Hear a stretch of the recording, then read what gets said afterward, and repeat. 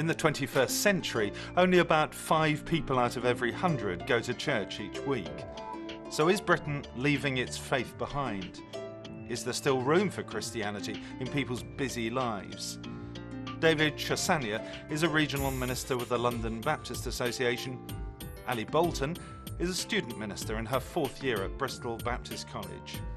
And I'm Jonathan Edwards, General Secretary of the Baptist Union of Great Britain.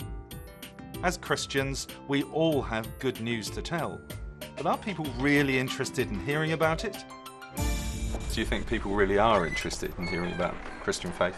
Yeah, I think they are. Yeah, I was out walking the other day. I met someone walking their dog, and we got talking, like you do, well, like I do. And it turned out that she was going through quite a traumatic phase of her life.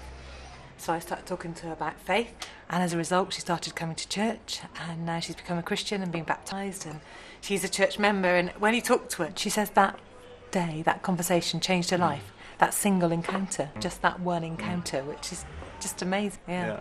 I had a very similar situation. Our family was on our way to our holiday in France. We were on the aeroplane, we met a couple, just had a conversation with them. They had nowhere to stay. So we invited them to come and stay with us, which they did for 3 or 4 nights. We shared our faith. When we got back to London, we invited them to church. They came to church, and now Peter and June are in church. Just one chance encounter. That's great. Communicating our faith with people. I mean, it's so easy to assume people are not interested in these things. But actually, when you connect, when you make that connection with them, as you clearly did, people do want to know. People do want to learn more. Even in our consumer society, 2 out of 3 people say they believe in God. And of those people who never go to church, 2 out of 3 still say that they pray.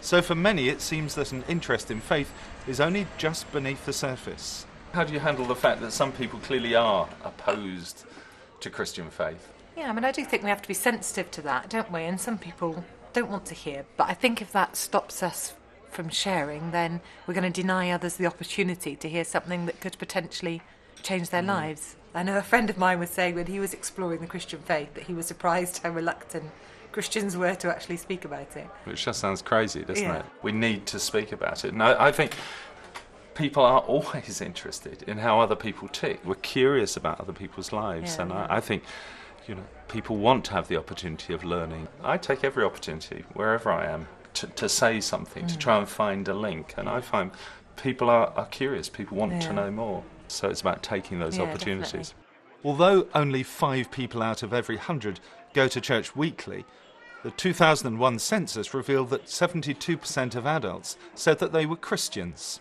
So what's going on? Why do people claim to be Christian and yet have no interest in the church? How can the church reach out to such people?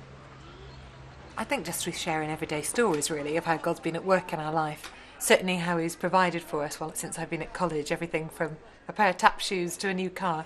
I think people have been interested in the way that God's had a hand in providing those things. Yeah, I think often the more ordinary the story, the better. Yeah. People often feel that only ministers can do this sort of real serious sharing their faith, but it's just not true. We've all got stories of how God has met us in our everyday life. I think also listening plays an important part in sharing the story, to see if we have common histories with people, to help them see where God may have been working in their lives in ways that they hadn't understood. And just giving them an ear. There's an old gentleman on the road in which we live, and he often comes and just tells us about the history of the area and his life and what's happening with his family and so on. Just being there, hearing and listening and saying that you're important, communicated a very powerful message to him. And I think sometimes we just need to relax a bit and hear what people have got to say. While it appears so many people in Britain have left their faith behind, there's evidence that the reality is more complex. At times of national or individual crisis, we see faith re-emerging. And almost 3 million adults who currently don't go to church are very or fairly likely to go to church in the future. It seems to be widely assumed that it's really difficult to share your faith with others. I find that in our evangelism we need to draw the distinction between the church and Christ, because I think people out there draw that distinction. Just this week I went out with a minister in London on a housing estate, a very tough area that's got gangs and so on. And I took him along to a friend of mine who lives there, a Rastafarian guy. The first thing this guy did was to draw a distinction between the church, which was irrelevant, and Christ, who was some sort of moral champion that you can relate to.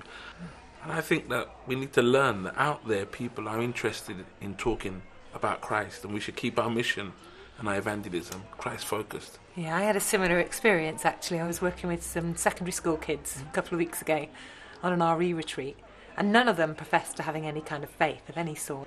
But when we started talking about Jesus, they were really interested. They said he was cool and that he was revolutionary and that they'd like to meet him. In fact, so much so they've invited me to go back and talk about spiritual revelation with them. Excellent. But I'm sure that wouldn't have been the case if I'd gone in and talked about the church.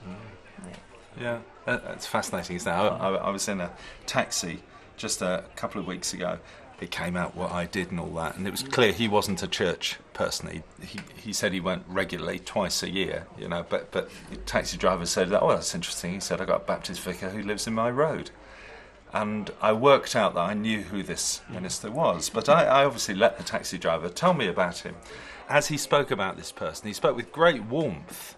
So here's somebody, he doesn't do church, and I realised he had met Jesus. He had met what it's really about. He had seen Christian faith. He'd seen the good news in practice, and I found that really exciting, really encouraging. In the 21st century, just 1 in 4 people in Britain go to church once a year or more. Yet 2 out of 3 people say that they pray privately. So despite the apparent dominance of secular values, there's still a huge amount of awareness and interest in spiritual things. So what we'd want to say to you is, be encouraged. These are days of great opportunity. We need to live lives that ring true. We need to find every opportunity to share our story in a way that's simple and clear and honest. So be encouraged, and I pray that you'll find many opportunities where you can go and share your story.